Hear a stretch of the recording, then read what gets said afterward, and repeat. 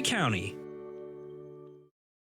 The opinions expressed in the following programs are those of the participants and do not necessarily reflect those of Rogers nor Rogers TV.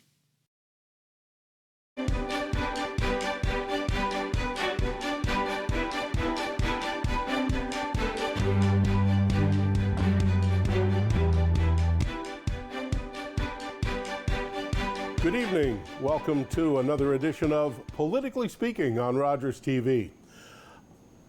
I'm Dave Carr, sitting in for David Shearman, who will be back, if my calculations are correct, 3 weeks from tonight. I'm filling in during the municipal election period so that we can have the kind of election debates that we want. Tonight we have the mayoralty candidates for the city of Owen Sound.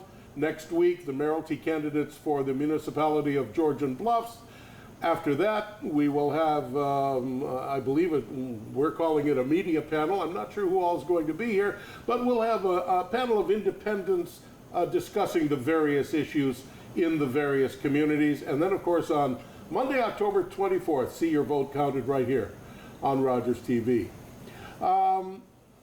We did not flip a coin, I don't think, for the opening credits on our show, but let me introduce our guests to you this evening.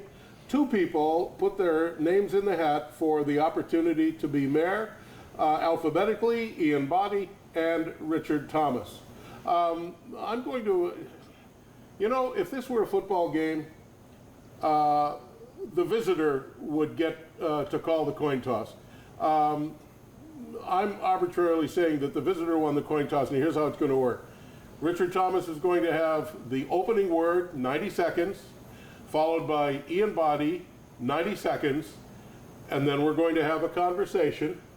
And then at the end, it will be again Richard Thomas and again Ian Boddy for 1 minute each. In this manner, Richard Thomas gets the first word, Ian Boddy gets the last word. And that's only because if this were a football game, you'd be the visiting team. And I can explain that. I can explain that to you afterwards. Just work with me.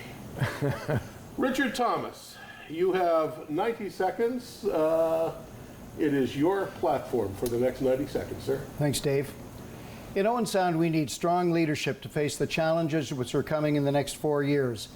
During the past term, council was often challenged and was not as effective as it could have been because of conflict amongst council members that weren't really resolved.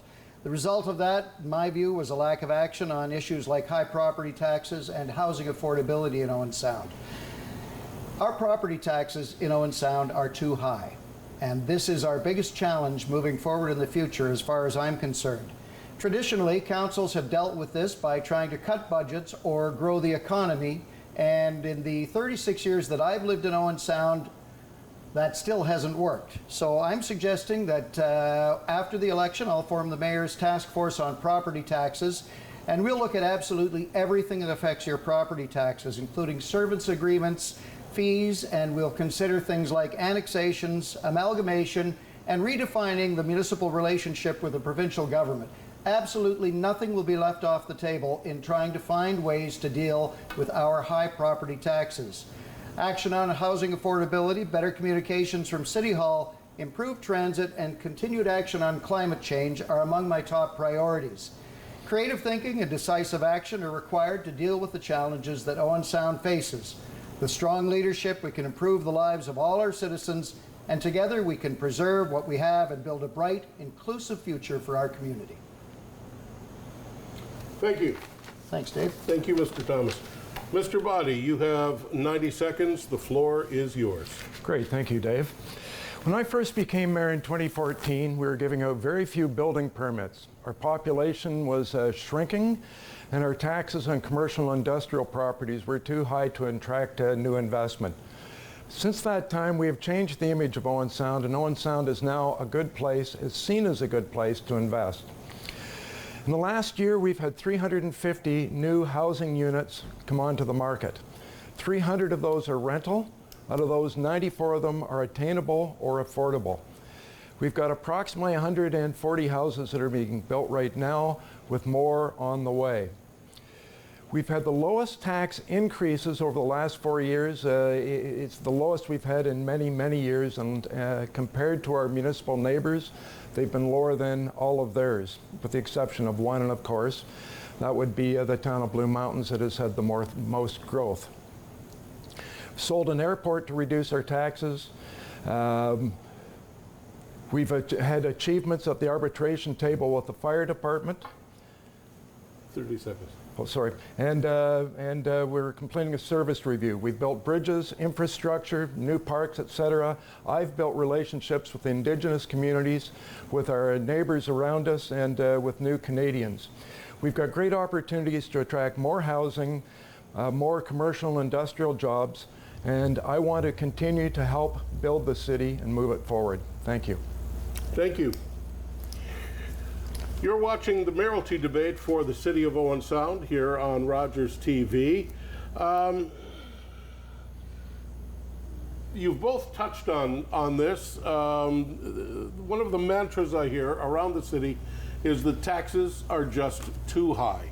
We pay too much in taxes, and there are many questions around what people consider, what voters, residents, citizens consider the best bang for their buck. So I would like each of you, and Mr. Boddy, I'm going to start with you.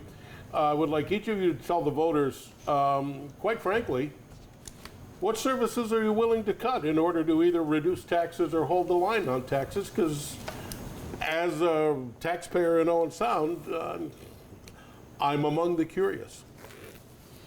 Starting with me.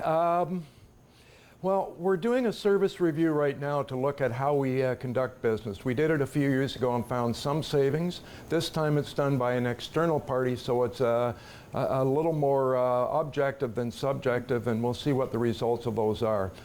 I can't foresee cutting buses because so many of our community need those buses to get to work, get to doctors and things like that.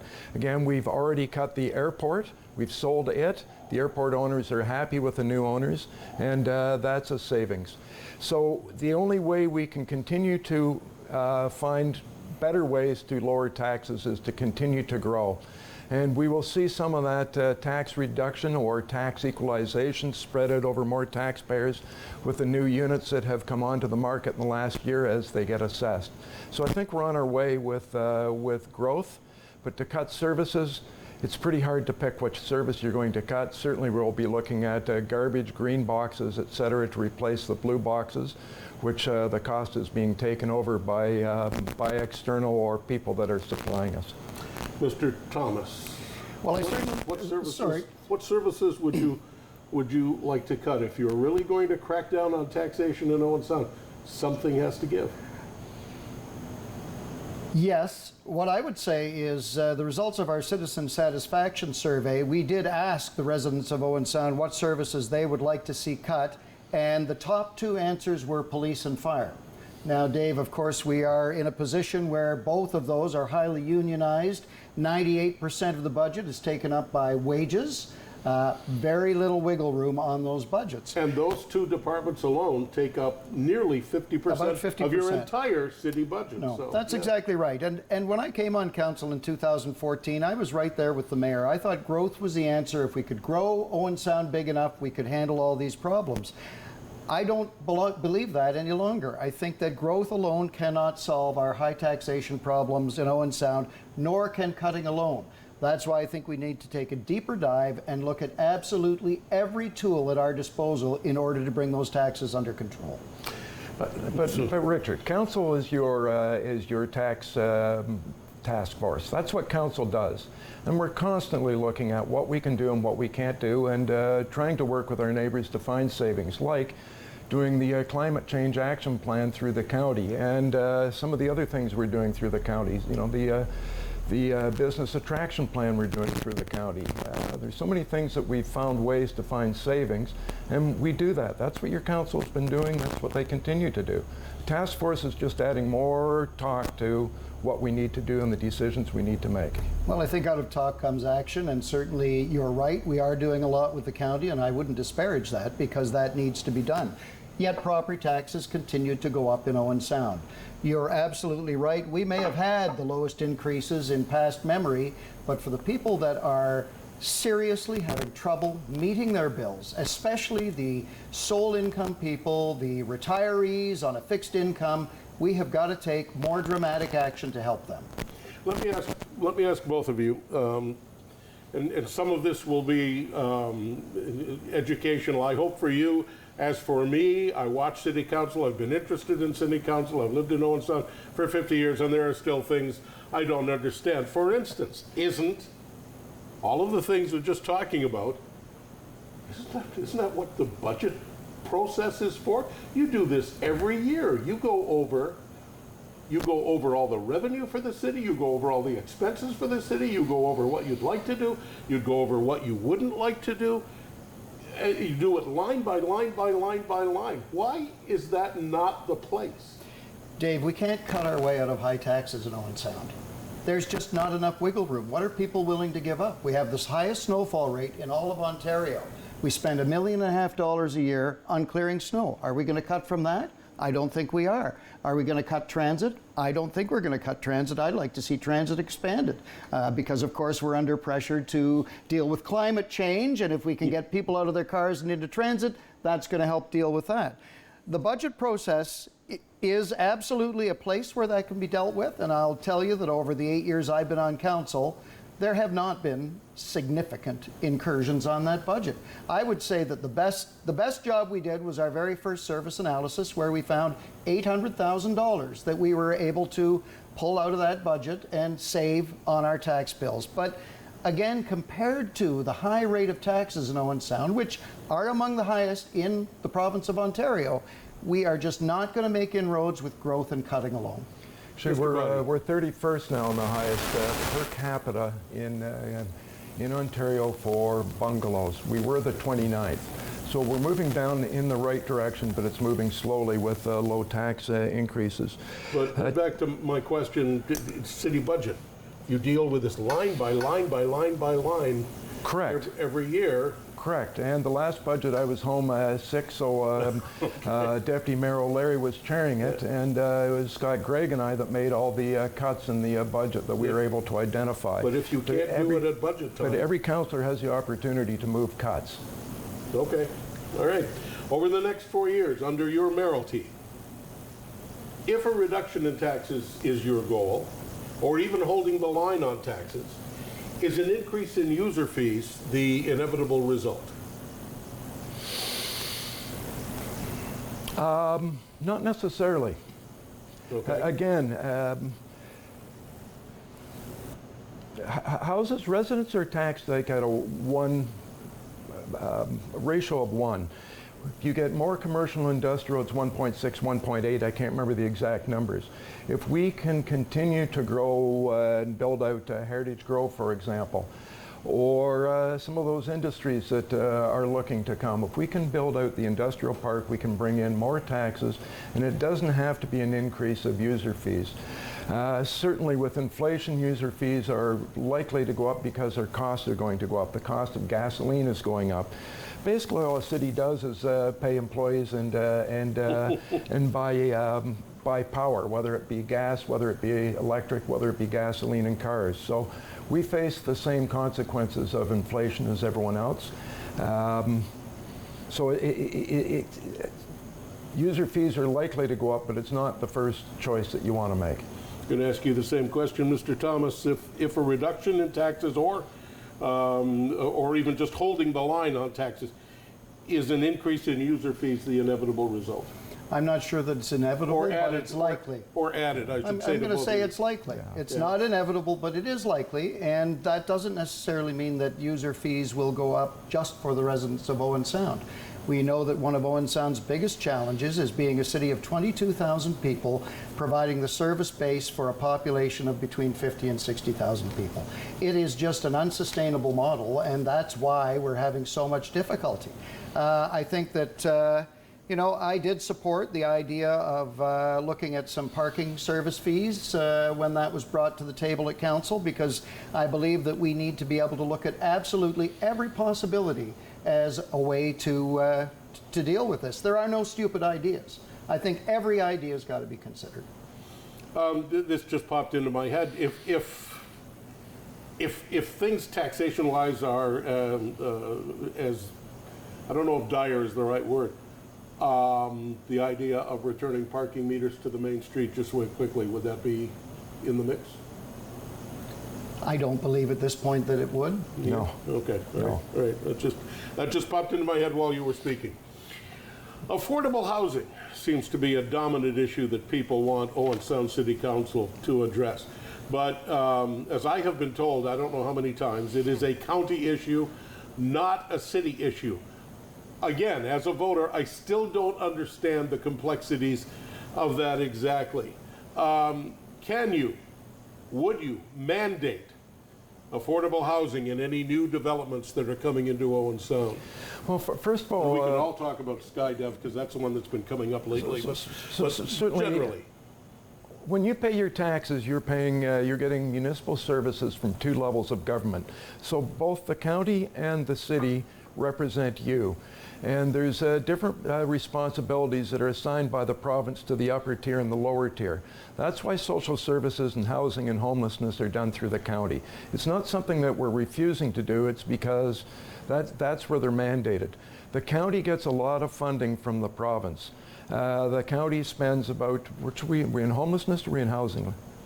affordable housing right now, yeah. The county spends about $24 million a year on housing, or just under that. About $2.5 million of that is homelessness. The city provided funding to help Owen Sound Housing build the new Odawa sites, as did the county. So we will keep doing that and keep lobbying the provincial government for more funding for affordable housing. On the side of that is attainable housing, so some of the private developers can get funding from CMHC to put in attainable, which means that people that are working can afford it. Within the toolkit given to us by the province, the planning toolkit, the Planning Act, Municipal Act, we aren't really given the tools to be able to tell builders that they must build affordable or attainable. So it's something we'd like to work with, and at the city level, Richard's probably going to hit this, we've made changes to zoning, changes to our official plan, I guess more particularly, to try and allow secondary units in homes and be able to find different ways to affect the prices of homes and try and bring them down. But we cannot mandate that a builder builds affordable. I'm still going to ask you the same question anyway. Can you or would you mandate, if possible, housing, affordable housing in any new developments? Well, the simple answer is we can't. A local municipality attempted to do that. It went to appeal. They lost the appeal. It can't be done. There are some things that we can do, however, to help with affordable housing. I'll certainly be bringing forward a new development charge holiday proposal for attainable or affordable, depending on which word you prefer, units in Owen Sound, purpose-built units in Owen Sound. Well, I know you want to talk about development charges. We'll get there in a second. Go ahead. Pardon me. I'd like to see an increase in the funds we have in our community improvement plan that will reward developers who are proposing to build affordable units in Owen Sound. The new official plan, as Ian mentioned, allows up to 3 additional residential units per property in Owen Sound now, 2 inside the principal residence in which you dwell and 1 on the outside. I'm going to promote building those. I would propose a new bylaw that would compel developers to rough in additional residential units and up to 10% of new builds. They're doing this over in Saugeen Shores with some success, and it does, for the prospective home buyer, present an option that would help to defray the cost of their mortgage. I'd also like to see us strengthen our relationship with the organizations that we already have in the community building affordable housing, Owen Sound Housing Company and Habitat for Humanity. And one of the things I'd like to do is to explore the idea of waiving all city fees for these projects in order to make it easier for them to build. We can't bankroll them, but there's certainly things that we can do as a municipality to make life easier for them. And the other thing I'd like to do is I'd like to adopt a housing-first approach to any surplus municipal lands. So any developer who comes along and wants to build affordable housing, we can give them a good price on that land to make it easier for them to achieve their dream. Again, there's as much education here as debate. What constitutes disposable or available or accessible or extra, whatever. Well, I think the city's in the middle of municipal land. a survey again of surplus land. So we own land all over the city, little bits Yep. here and there that have been given by developers when they built subdivisions, etc. And a number of years ago, prior to my being on council, there was a full survey of those lands completed, and I believe there's either another one ongoing now or about to start, because we have had that question at council. Straighten out the skydive at the old RCA plant down the East Bay Shore. At the September 12th council meeting, a group of neighbors swarmed city council, my phrase, and criticized the fact that this new 700 and some housing unit development was going to effectively warehouse people in affordable housing, people who couldn't afford to get out, that it was going to package all these people in one dense location. Well, it turns out that there is no affordable housing in that. The neighbors who were swarming you seem to have it 100% wrong. Well, then the issue was that there's no affordable housing in that massive new development. So this is where the voters are having a lot of trouble with who you people are and what you've been doing, because you've both been on council the last 8 years, and what you want to do, which is the most important thing that we're talking about here tonight. So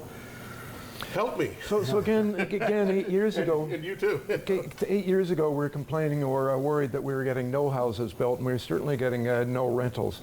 So when Collingwood decided that they're going to stop all future development until they figure out what to do with their water and their wastewater, I started to write to anyone that had property in Owen Sound or developable lands or developers saying that our water system is built out in the 60s for probably 45,000 people, that we've got capacity and we're ready to go. And out of that, we got a letter from Skydive. I hope we didn't get Skydive. from Skyline, asking to if we had available land, and we suggested people that did have available land for them to go and talk to. So they have come along with a plan to build housing, which we ask for and require in this town. I wouldn't consider the neighbors as swarming us or really criticizing. They came in with a point of view from their perspective of what they want to see done there or not done there. When we look at planning, we look at the whole area. So they were suggesting that there should be different styles of housing, mixed housing, houses, townhouses, different types of housing on that piece of property. Under the Planning Act, under the city plan, official plan, we look at the area. So in that whole neighborhood is only individual houses. So by adding apartments and other styles of housing, we're actually adding something that isn't there, that keeps it as being mixed. Let me get you to discuss the same thing from your point of view, and the thing that I didn't mention that Councillor Gregg was complaining about was that once we found out that there were no affordable units planned in this site down the East Bay Shore, he was upset that among the other issues within this, that $3 million worth of, that was his number, $3 million worth of development fees had been waived, money that the city could use. So I hate to add that into the mix for you, but I just have. Well, development charges was a hot button topic in the last election, and it certainly has been at least mentioned in this election. And a lot of people don't understand the way development charges work. So this is not money that has been taken out of our current tax base that would be spent to bring down your tax bill this year. This is money that goes towards future development. Ian referred earlier to the provincial toolkit. Well, it's a very, very, very small toolkit, probably would just fit in my top pocket here. The province does not give municipalities a lot of leeway or a lot of tools to affect development, and development charges is one of them, and we recognized that in 2014. I brought forward the motion to have the development charge holiday on housing, and we had houses developed.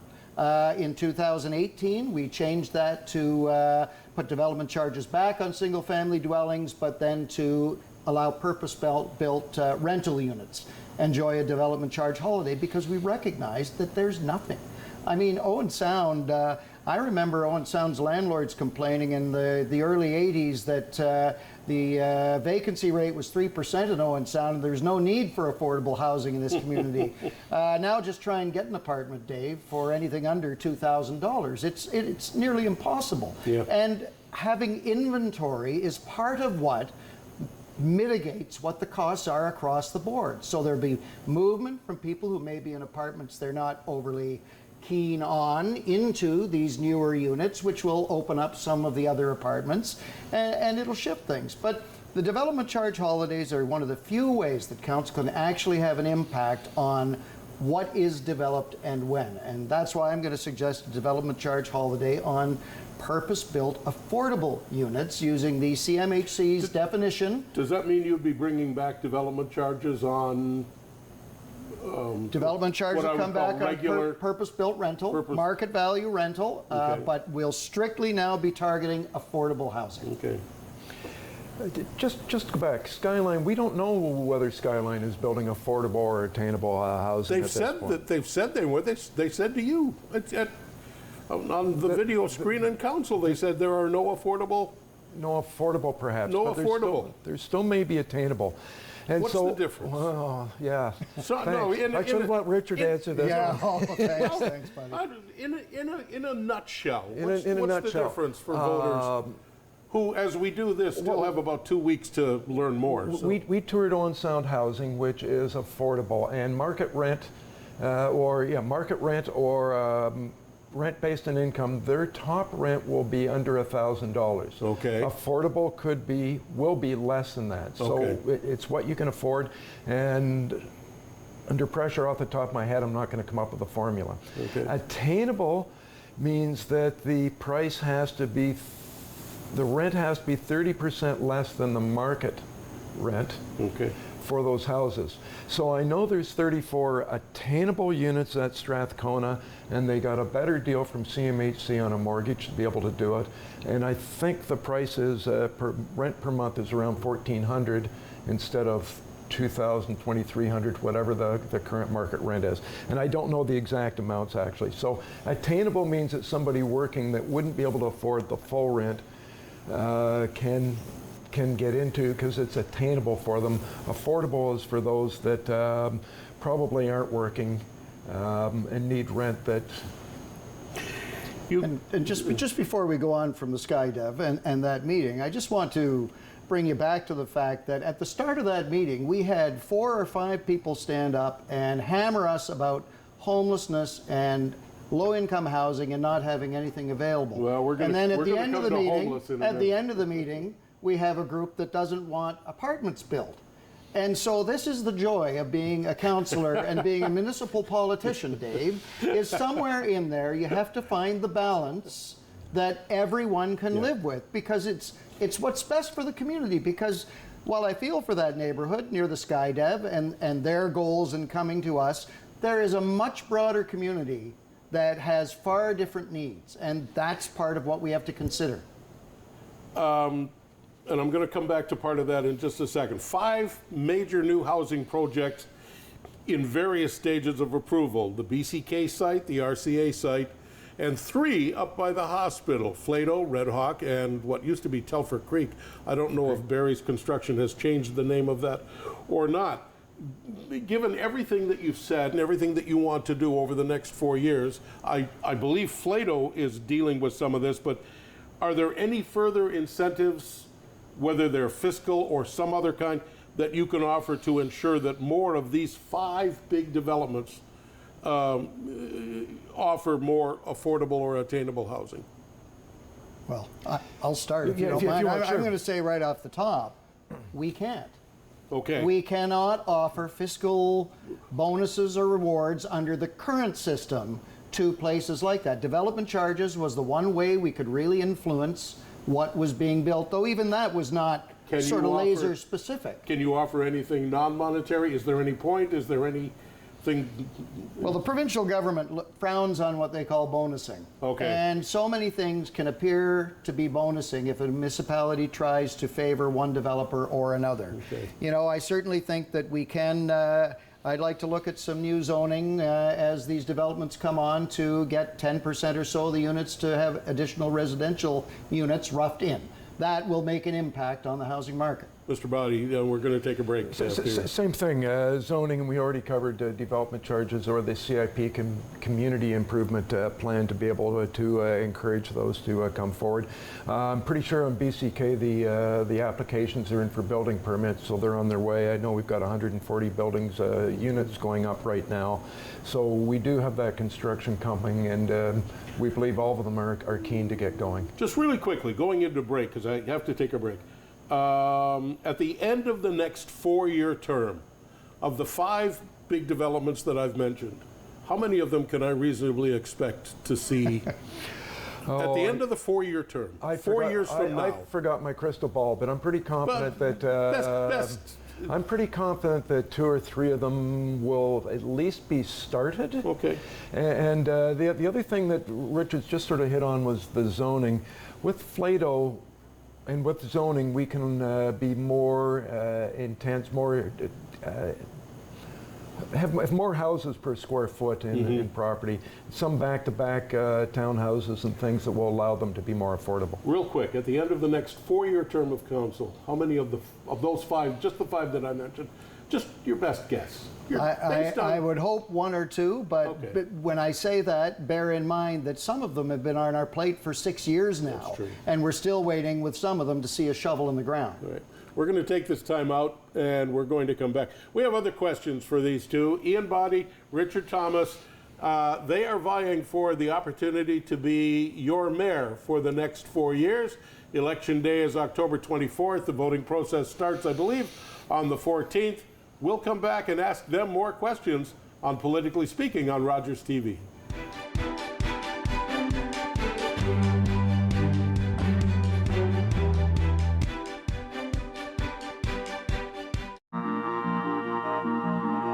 Closed captioning is brought to you in part by Raven Reads. Unbox Indigenous voices. Subscribe today at ravenreads.org.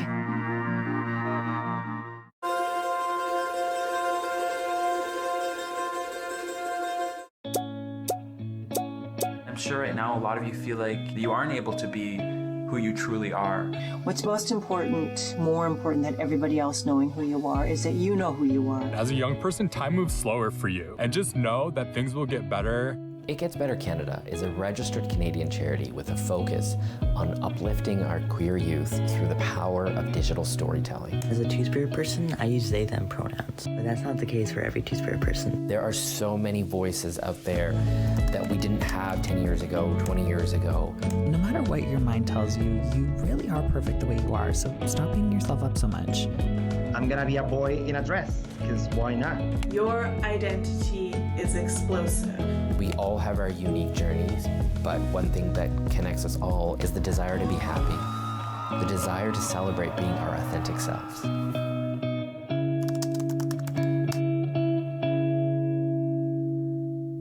What kind of show do you want to see on Rogers TV? What interests you? Log on to rogerstv.com, fill out a show proposal, and tell us about your segment idea. We want to know what you want to see. Rogers TV, only on Rogers.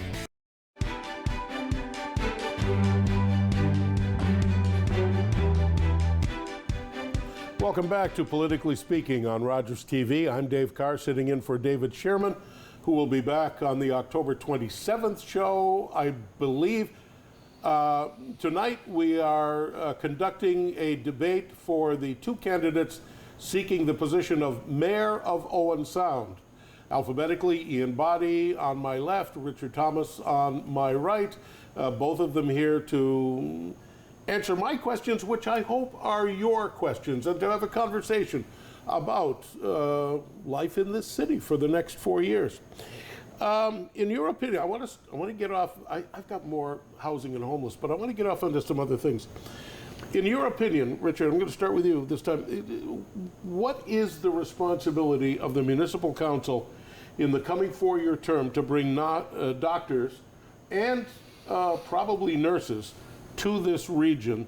It's a two-parter. What is the responsibility of council, and do you have any specific proposal or proposals that you would like to move council forward on this issue?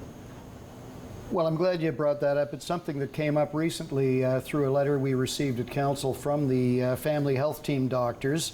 Owen Sound was involved in doctor recruitment up until about 2015 is when that committee was dissolved. I understand there still is a fund available for doctor recruitment through the Community Foundation Grey Bruce. I think that we all have a responsibility for doctor recruitment. I don't know what role we have as being responsible, whether the city will lead that or not. One of the challenges, of course, is that there's a lot of competition for tax dollars, Dave, and the city of Owen Sound, unfortunately, does not qualify, it's my understanding, doesn't qualify for a lot of the funding that the province makes available for doctor searches. Our surrounding municipalities do qualify for it, but all the doctors are in Owen Sound, so we don't appear to be underserviced. So I would say I don't think I have a plan quite yet. I think that the letter from the family health team, I think, is at the committee level at this point, but I think that the city has got to take an active role because, again, it's incumbent on all of us to look out for one another. I'll come to you on these in a moment. Incentives have been tried in the past here and there across Ontario with mixed results, some successes, some expensive disasters.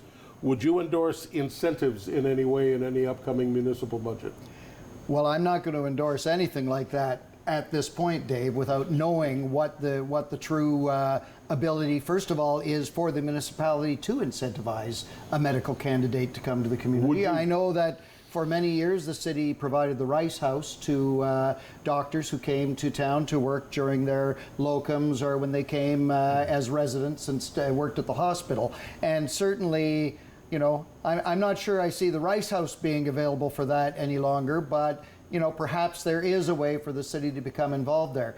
Incentives, without some more research, I really couldn't comment on whether we can or can't. Mr. Boddy, let me come back to you. What is the responsibility of municipal council in the coming four-year term, to help bring doctors and probably also nurses to this community? Well, I think this is going to be one of the biggest issues going forward for the next 4 years. Certainly we've got Georgian College that's starting to graduate full degree honors Bachelor of Science Nursing, which is great. They've just started, so that's 4 years out. With doctors, you know, the federal government has really dropped the ball here. We've known that we've needed doctors for years, and it is getting worse, and it's about to get far worse. I'm told that there are already 6,000 people around Owen Sound without doctors, and up to 30,000 in Grey Bruce without doctors. So, one, we've got to work with the federal government, and they got to start picking up the pace here. The province, as Richard has just hit on, has funding for areas that are in need of doctors. Owen Sound doesn't qualify, Chatsworth and Georgian Bluffs does. We've got to do this regionally because all the patients that are coming into the family health team are coming from all over the area. So whatever we do for incentives, et cetera, everybody has to be doing, and we've got to look at them through the CIP program to see what is possible and what isn't. I've heard of municipalities throwing hundreds of thousands of dollars at doctors and them leaving a couple years later, so that doesn't work. We were told years ago that we couldn't give that type of money because it's bonusing, but yet there seems to be some doing it. So we got to look at all the options, but we're going to have to do it as a region to try and outgun everybody else to attract doctors here instead of somewhere else. But at the end of the day, there's such a shortage in this country that it's going to be difficult. New topic. Are you in favor of expanding Owen Sound City Transit to the Sunset Strip? If so, why? And how would you achieve it? If not, why not? I wouldn't, for the simple reason that there's taxpayers in the city of Owen Sound that are running businesses that, you know, they're paying the taxes and their taxes are going to a service. So unless Georgian Bluffs wants to help us out with the cost of going out to the Sunset Strip, and whenever we've asked, they haven't been interested. But if they want to provide some funding for it, I'm all in. But if the citizens of Owen Sound are paying the taxes for it, then I want to support businesses in Owen Sound that are paying the taxes first. Richard Thomas, are you in favor of expanding Owen Sound City Transit to the Sunset Strip? If so, why? And how would you achieve it? If not, why not? Am I allowed to say what he said? Sure you are. I mean, the answer is the same, and it's the same with all city services. You'll often hear us, You'll often hear conversations about city water. Everybody wants city water, Dave. I remember those conversations and 50 years ago. everybody wants, but nobody wants to pay. And at the end of the day, there's only one taxpayer in Owen Sound who's paying for all of this stuff. So, you know, again, if Georgian Bluffs was willing to pay the true cost of having busing to the Sunset Strip, then I don't see why we wouldn't offer it to them on a contract basis. But in the past, I certainly haven't seen much of a will to pay the true cost of any city service. This has come up, and the suggestion, and by the way, if you're watching in Georgian Bluffs, I'll be asking the same question of the mayoralty candidates for Georgian Bluffs next week on this program, so stay tuned. And you guys might want to I might have to tune in as well. See what their answer is. I love how I get audience. Keeping up with the sense of this then, it has been noted that the city of Owen Sound is, in fact, and you've both mentioned this several times, this is the 20,000 population market center for a region that is probably 2.5, maybe now 3 times its size, 50,000 or more. And I think 50,000 may be a modest number. The argument is that they use our services and pay for none. That's not exactly true because you do have some agreements, but I'd like to hear your thoughts on how council would manage that, and the bus is kind of one of them, the other services you mentioned, and I say, how would your council manage that over the next 4 years? Well, I think at the end of the day, we need to take a deeper dive on this. I think we need to stop talking about sharing services, and we need to start talking about sharing a lot more. That's why I brought the issue of annexation and amalgamations into my campaign discussion. Because I was interested to hear those words. At some point, we've got to start considering these issues. I mean, again, it's fine to say that we need to work better with our municipal partners, but at the end of the day, I've come to the realization that they're maybe pretty happy with the way the situation is now, and they're not interested particularly in paying more. We share lots through the county, and we work well with them at the county, but that still is not enough for the taxpayer of Owen Sound, and I think we need to take further action to help relieve the taxpayers from the burden that they've been carrying. I'd like to hear you talk about the same thing. You're the market center for a region that population-wise is 2.5 to 3 times your size. How would your council manage that over the next 4 years? So the police estimate it's 40,000 in Owen Sound from the surrounding areas during the day. The commercial developers use about 150 Boeing Olive Grey and Bruce. I think it's 180 Olive Grey and Bruce, but a market of 150. The way the provincial government has it set up right now, it's up to the lower tiers to get together if they want to amalgamate, and they've got no interest. And they're paying such low taxes out there, they have no interest in paying their share in Owen Sound. Certainly Hanover is at their limit, and they're trying to work with West Grey and others around them to try and push the boundaries out, and it's been a 10-year process. It's just, you know, it's gone nowhere, and they're trying to set the table to go to the province. Because we still have lots of land up around the hospital and north of the industrial park, it's really hard to say that we need more land to be able to push the boundaries out without the consent. I'm hoping that the provincial government will take another look at redrawing the lines, and will certainly lobby them to try and keep that in their ear. And restructuring municipalities, because what was done in 2000 should have been fixed by 2010, and there is no interest at the county level to try and work with us on it.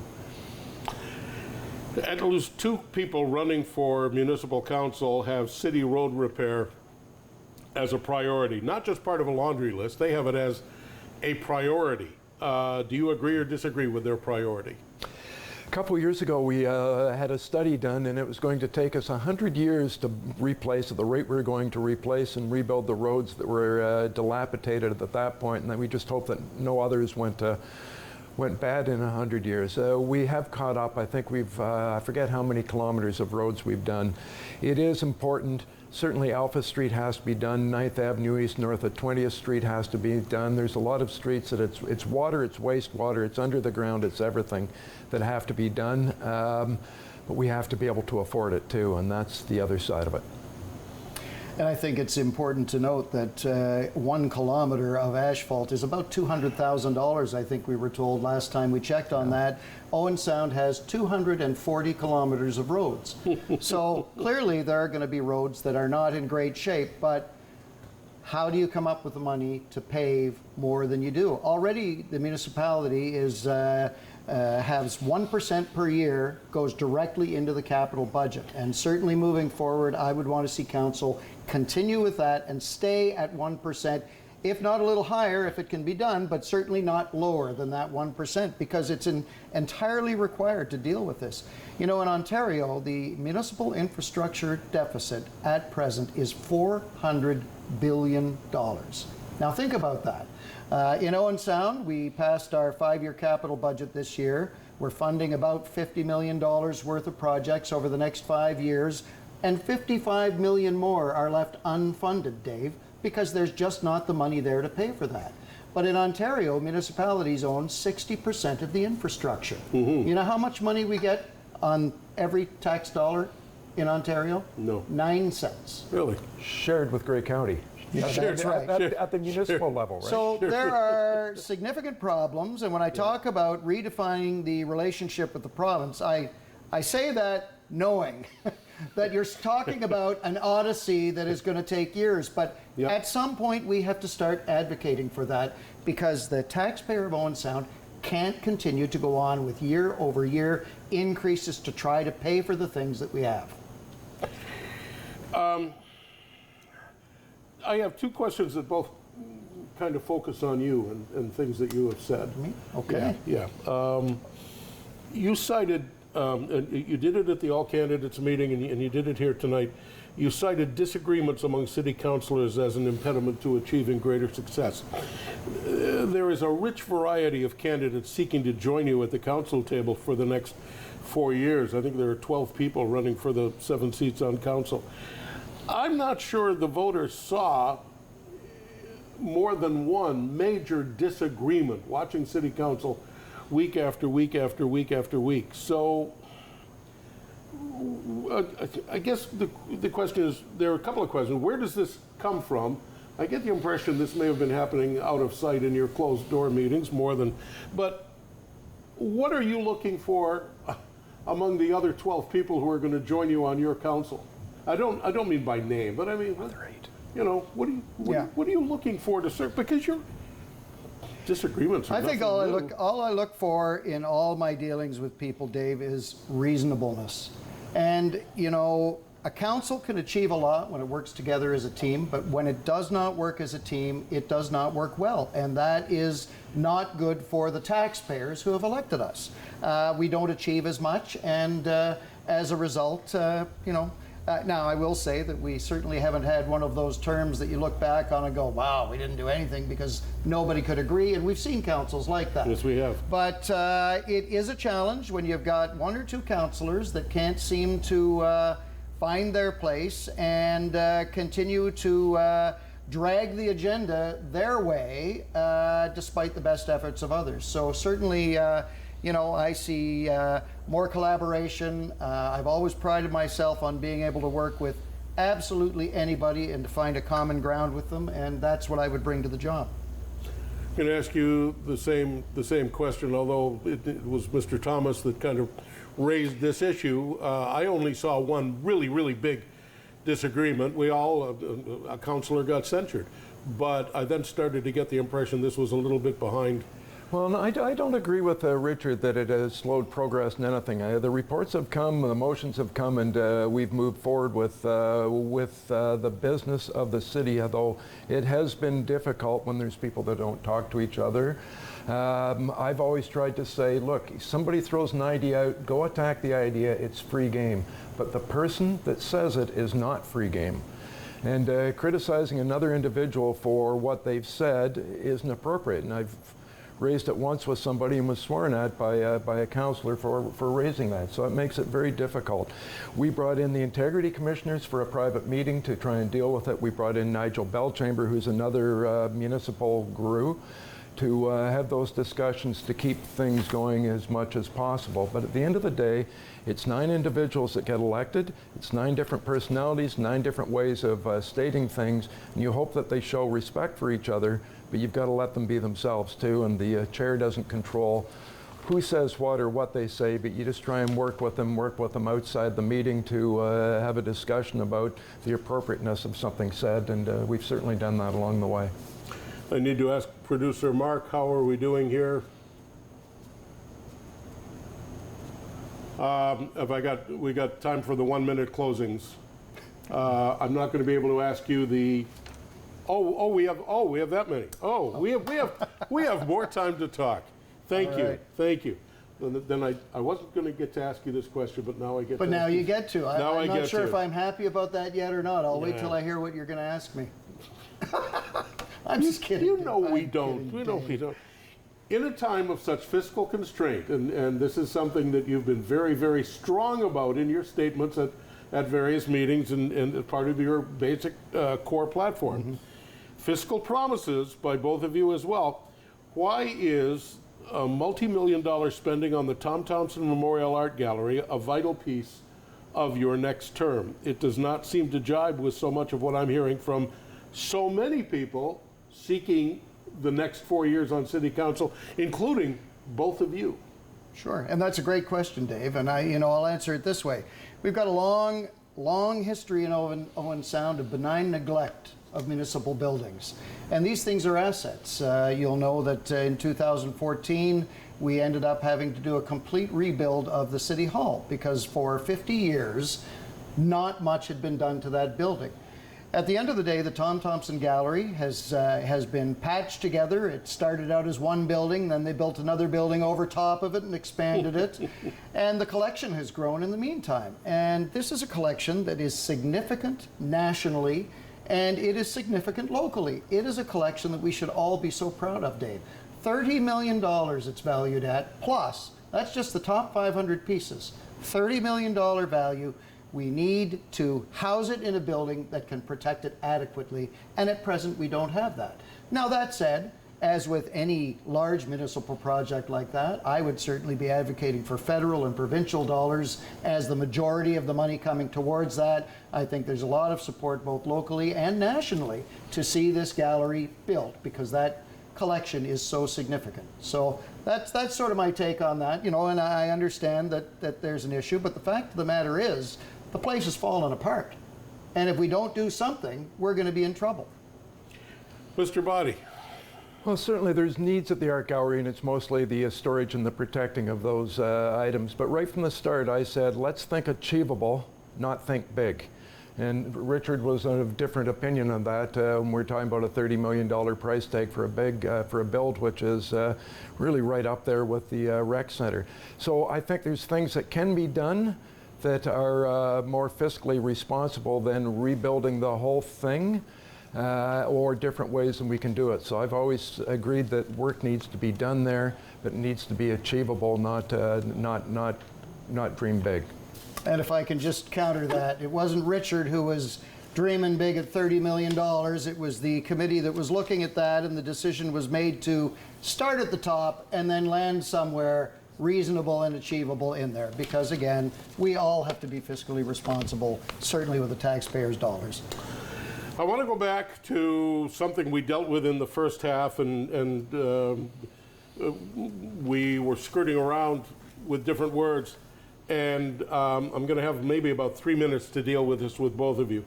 At your September 26th meeting last week, you were bombarded by a number of calls to do something for the homeless and to do it right now.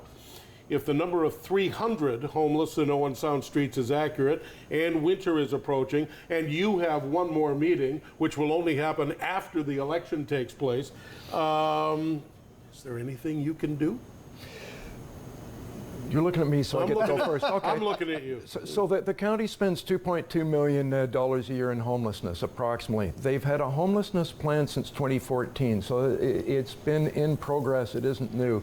Certainly the numbers on the streets have boomed the last 2 years, partly because of COVID and partly because of the so many people being pushed out without getting the help they need in other communities and ending up here. I'm not confident that that number is 300. I've heard from police that it's a police officer that it's 50. I don't know where that is. Sure. But certainly the county is rebuilding a building for transitional housing that will be 12 beds.